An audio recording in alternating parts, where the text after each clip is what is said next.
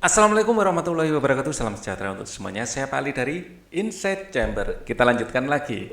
Sekarang kita sampai pada halaman 117 ya, pembelajaran 5. Nah, untuk pembelajaran yang komplit ya, ini adalah playlist ya. Playlist ini akan menyajikan pembahasan secara urut dan runtut. Jadi cari linknya di bawah di kolom deskripsi. Oke? Kita sekarang akan bahas pembelajaran 5. Wah, ini adalah anak-anak pramuka sedang menyalakan api unggun. Kita lihat informasinya apa? Saatnya berkemah. Wah, asik sekali loh berkemah itu ya. Kesempatan yang jarang ini disambut gembira oleh Siti dan teman-temannya. Kegiatan berkemah kali ini memang sebagai bagian dari kegiatan pramuka di sekolahnya. Malam itu terlihat Siti, Dayu, Lani, dan teman-temannya sedang berkumpul di dekat api unggun yang telah disiapkan. Udara malam itu cukup dingin. Anak-anak dengan mengenakan baju hangat mereka masing-masing duduk bercengkrama ya di sekitar api unggun sambil mengulurkan tangan mereka ke arah api seperti ini ya. Badan mereka pun terasa lebih hangat. Oke. Ini percakapannya. Ini pertama kalinya aku mengikuti perkemahan di sekolah. Menyenangkan sekali. Ini juga pengalaman pertamaku menikmati hangatnya api unggun bersama teman-temanku. Ya, ternyata berada di dekat api unggun seperti ini dapat membantu menghangatkan tubuh ya. Rasanya menyenangkan karena dapat mengatasi hawa dingin di daerah ini. Mengapa bisa begitu ya? Pertanyaan itu juga dari tadi ada dalam pikiranku. Bagaimana panas dari api unggun dapat kita rasakan meskipun kita berjarak dari sumber api itu. Pada jarak sejauh ini kita sudah dapat merasakan panas yang berasal dari api unggun. Sepertinya jika kita semakin dekat ke sumber api, pasti akan merasa kepanasan, bukan? Tempat kita berada saat ini mungkin tempat yang paling nyaman karena jarak kita dengan api unggun cukup untuk membantu kita menghangatkan tubuh.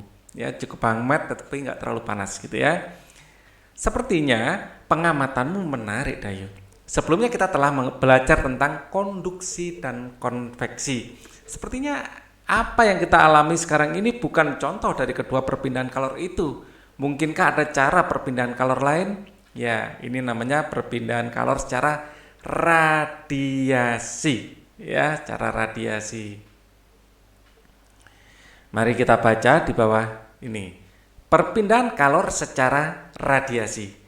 Bagaimana panas matahari dapat sampai ke bumi? Kalor dari panas matahari tidak dapat berpindah secara konduksi karena tidak ada udara di situ.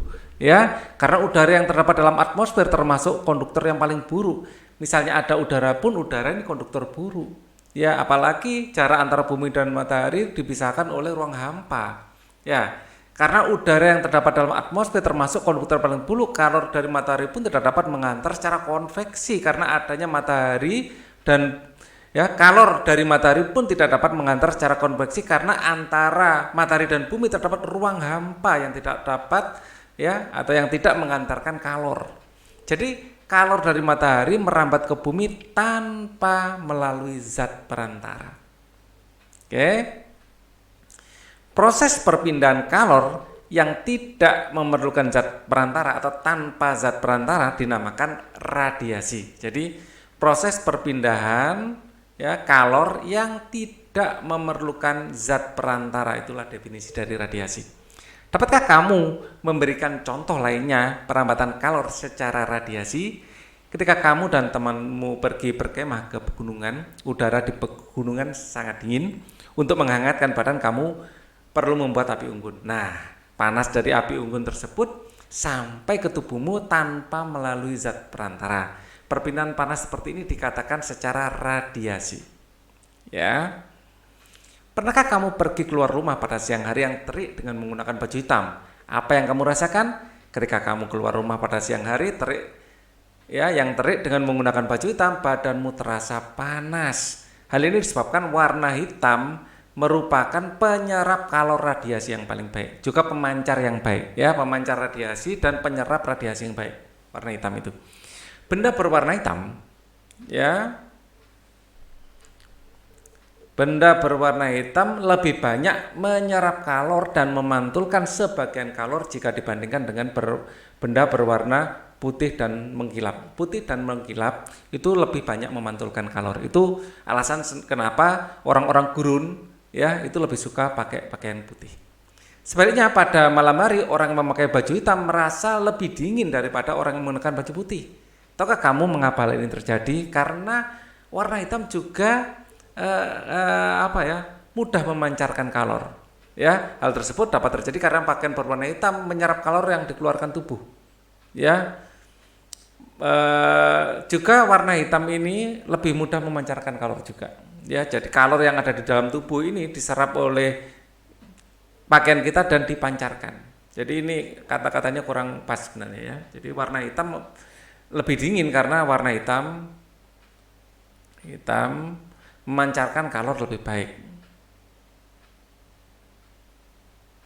Ya. Kalor lebih baik. Jadi warna hitam itu menyerap juga baik, memancarkan juga baik. Ya. Sehingga kalor dari tubuh kita itu lebih mudah terpancarnya. Buatlah daftar hal-hal penting yang kamu temui pada setiap paragraf dalam bacaan. Gunakan tabel berikut untuk menuliskannya. Gunakan kalimat yang lengkap dan kata-kata yang baku. Paragraf pertama, hal penting dari bacaan. Paragraf pertama, ya. Nah, kita lihat di sini. Ya. Ini proses panas matahari sampai ke bumi adalah secara konduksi. Ya, kalor dari panas matahari tidak dapat berpindah secara tidak dapat secara konveksi, tetapi tak ada radiasi, ya. Karena jadi kalor matahari merambat ke bumi tanpa melalui zat perantara itu ya. Kalor dari matahari ke bumi tanpa zat perantara. Kalor mengalir dari matahari ke bumi tanpa zat perantara. Nah, radiasi, ya ini yang kedua ini lebih ke radiasi ya. Kalau kita lihat teksnya lagi, ya di sini lebih membicarakan tentang radiasinya. Ya, ini yang kedua membicarakan tentang definisi radiasi.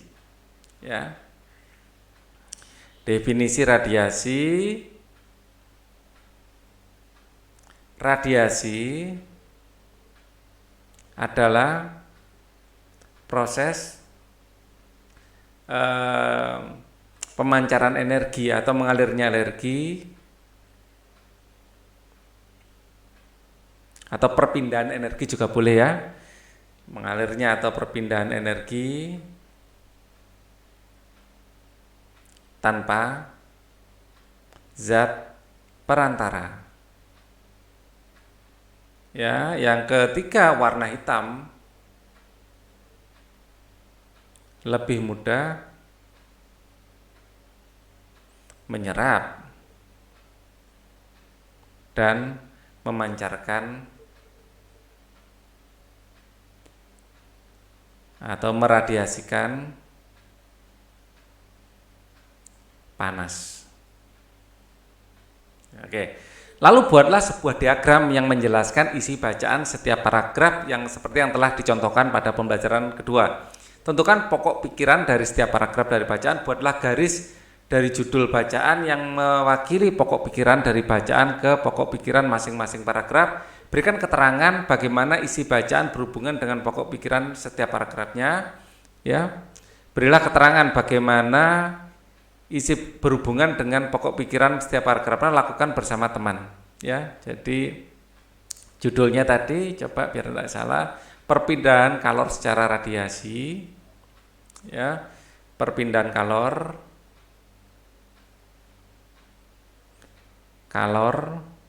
secara radiasi.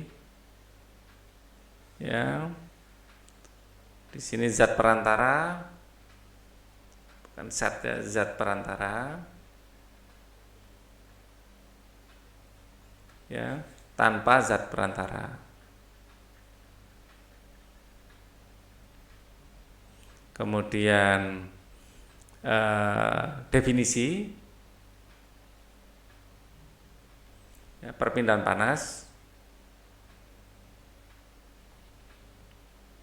tanpa zat perantara yang di sini adalah warna hitam ya, atau di sini aja warna hitam ya, warna yang mudah meradiasikan dan menyerap panas. Kalau ada dia panas, dia mudah memancarkan. Kalau dia dingin, dia lebih mudah menyerap. Ya, warna hitam seperti itu.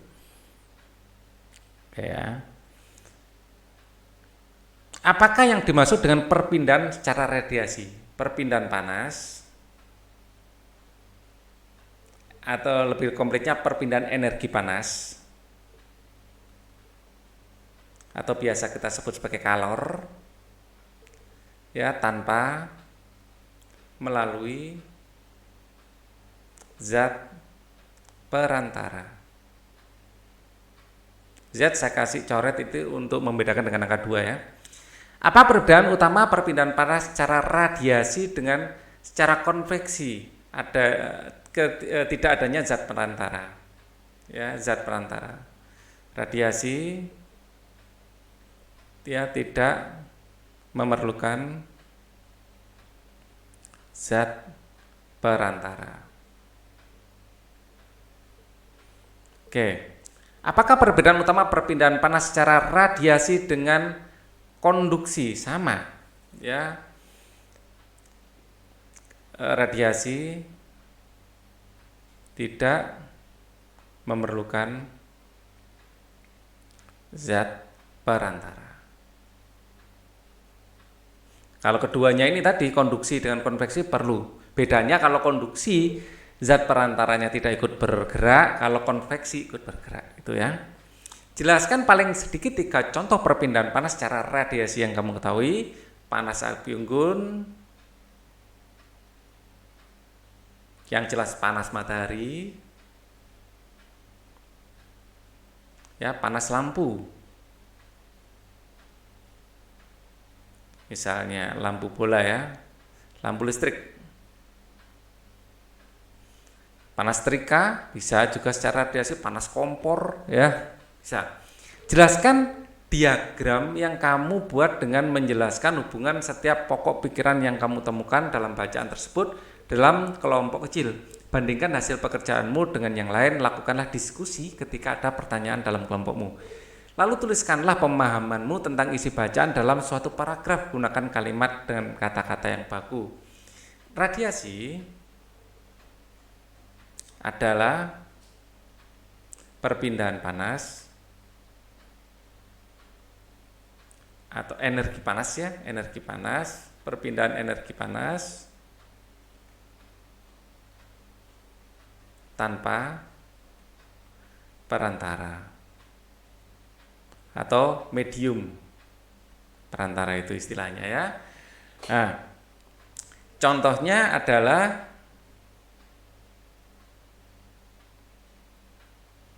radiasi sinar matahari. Warna hitam mudah menyerap dan memancarkan energi panas. Memancarkan bisa diganti dengan kata meradiasikan, ya, memancarkan atau meradiasikan. Boleh, ya. Lakukanlah kegiatan berikut ya bersama dengan kelompokmu untuk membuktikan cara perpindahan panas secara radiasi. Persiapkan alat dan bahan yang diperlukan dan ikutilah langkah percobaannya. Jangan lupa menjawab pertanyaan yang berhubungan dengan kegiatan ini. Yang dibutuhkan adalah 1 batang lilin, korek api, dan penggaris. Cara kerja, nyalakan lilin dengan menggunakan korek api yang telah disiapkan. Dekatkan tanganmu ke nyala api pada jarak 2 cm. Gunakan penggaris untuk mengukur jarak. Hati-hati, jangan sampai menyentuh api. Panas itu ya. Apa yang kamu rasakan dan catatlah. Panas pasti ya. Pindahkan tanganmu pada jarak 4 cm dari nyala api. Apa yang kamu rasakan? Panas berkurang. Panas berkurang. Masih agak terasa panas tapi sudah berkurang. Ya, semakin jauh semakin berkurang. Apa yang kamu rasakan ketika kamu mendekatkan tangan ke nyala api pada jarak 2 cm, tangan terasa panas. Apa yang kamu rasakan ketika mendekatkan tangan ke nyala api pada jarak 4 cm, rasa panas berkurang. Rasa panas berkurang. Oke. Apa yang kamu rasakan ketika kamu mendekatkan tangan ke nyala api pada jarak 8 cm? Panas api sangat berkurang, ya, berkurang, hampir tidak terasa malah, hampir tidak terasa. Oke, bagaimana panas dan nyala api bisa kamu rasakan? Ya, bagaimana panas dari nyala api ya? Panas memancar dari api sampai ke kulit kita secara radiasi. Apakah nama perpindahan panas yang terjadi pada percobaan di atas? Radiasi. Sebutkan 3 contoh perpindahan panas lain ya secara radiasi yang terjadi di sekitar kita. Ya, sama ya, perpindahan panas, panas sinar matahari, panas api unggun, panas lampu listrik. Yang kita rasakan itu ya, itu memancar ke kulit kita secara radiasi. Apa kesimpulan dari percobaan yang kamu lakukan? Radiasi, semakin jauh jarak radiasi, energi panas semakin mengecil. Oke. Percobaan tadi menarik sekali ya, Siti. Sejauh ini kita telah mempelajari 3 cara perpindahan kalor, yaitu konduksi, konveksi, dan radiasi. Ya, banyak hal yang dapat kita pelajari dari peristiwa kehidupan di sekitar kita ya, dan selalu berguna untuk kehidupan kita. Termasuk janjimu untuk mengajariku beberapa pola lantai pada tari Bali itu. Dan dapatkah kita melakukannya sekarang? Wow. Masih ingatkah kamu dengan beberapa macam pola lantai yang digunakan penari pada beberapa tari daerah? Pelajari kembali contoh pola lantai tersebut. Cobalah untuk membedakan pola lantai tersebut berdasarkan jenis tari tunggal atau kelompok dan ukuran tarian. Apakah ditarikan dalam kelompok kecil atau kolosal? Itu berarti kelompok besar ya, kolosal itu yang melibatkan lebih banyak orang. Lakukanlah kegiatan berikut ini bersama teman sekelompok yang terdiri dari 3-4 orang. Pilihlah sebuah tari daerahmu yang paling kamu tahu. Pelajari pola lantai yang digunakan pada tari tersebut. Apakah semua pola tari yang kamu ketahui? Apakah semua pola lantai yang kamu ketahui ada pada tari tersebut? Perhatikan pula gerakan-gerakan tari pada pola lantai tertentu. Ubahlah pola lantai pada beberapa gerakan tari dengan pola lantai yang mungkin belum ada sebelumnya. Kamu juga dapat mengubah urutan pola lantai pada tari tersebut. Cobalah pola lantai yang telah kamu ubah pada tari tersebut. Perhatikan apakah pola tersebut sesuai dengan yang kamu inginkan atau sesuai dengan rencana awalmu. Jika pola lantai tersebut kamu anggap tidak cukup baik diterapkan pada tari tersebut, kamu dapat melakukan perubahan kembali. Demikian seterusnya sehingga kamu dapat mencoba semua pola lantai yang kamu modifikasi dari tari tersebut. Tunjukkan pola lantai yang telah kamu kembangkan pada tari daerah pilihanmu di depan kelas, ya. Nah, ini tugas kelompok. Ayo kita renungkan. Apa sikap dan keterampilan yang kamu kembangkan pada pembelajaran hari ini? Kita fokus pada radiasi tadi ya, rasa ingin tahu. Rasa ingin tahu. Kenapa ya panas matahari bisa memanaskan kulit kita? Nah, ini rasa ingin tahu ini perlu dipupuk dan dikembangkan. Apa saja tantangan yang kamu hadapi pada saat melakukan kegiatan pembelajaran ini? Bagaimana mengatasinya? Ya, mungkin tantangannya adalah sekarang ini adalah kondisi pandemi COVID ya, pandemi COVID-19. Jadi agak susah untuk kerja kelompok ya, susah untuk kerja kelompok. Ya, saat video ini dibuat ya, kita sedang ada pandemi COVID-19. Apa saja konsep yang ingin kamu pahami lebih jauh, bagaimana caramu melakukannya? Kenapa ya? Kenapa benda hitam warna gelap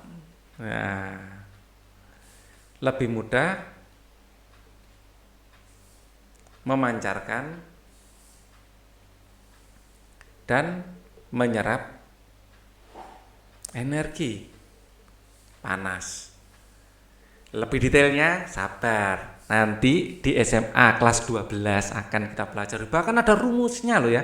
Ini satu bab tersendiri di fisika namanya benda hitam. Wah, black matter. Keren. Kerjasama dengan orang tua ya.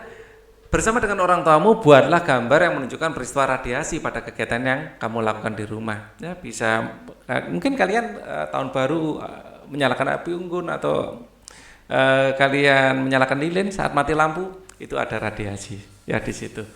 Oke, untuk pembelajaran berikutnya akan kita pelajari di video berikutnya. Untuk video ini cukup dulu. Thank you for watching. Wassalamualaikum warahmatullahi wabarakatuh.